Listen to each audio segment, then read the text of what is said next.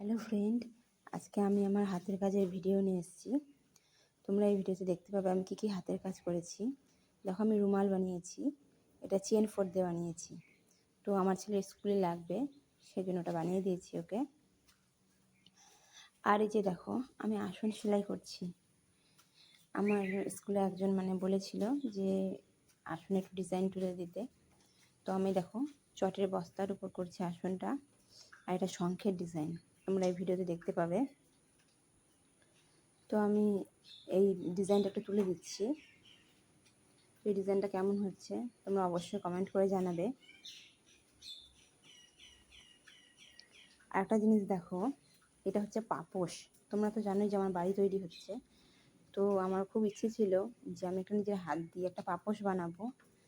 তো সেই জন্য দেখো, পাপোশ তো সুতির শাড়ি আর সিল্ক শাড়ি বা জর্জেটের শাড়ি দিয়েও হয়।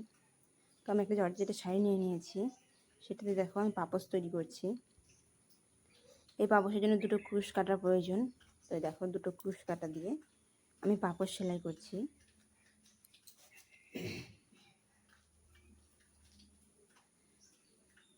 এই পাপোশটা কিন্তু রাউন্ড হবে, পুরো গোল হবে। এটা স্টার্টিং।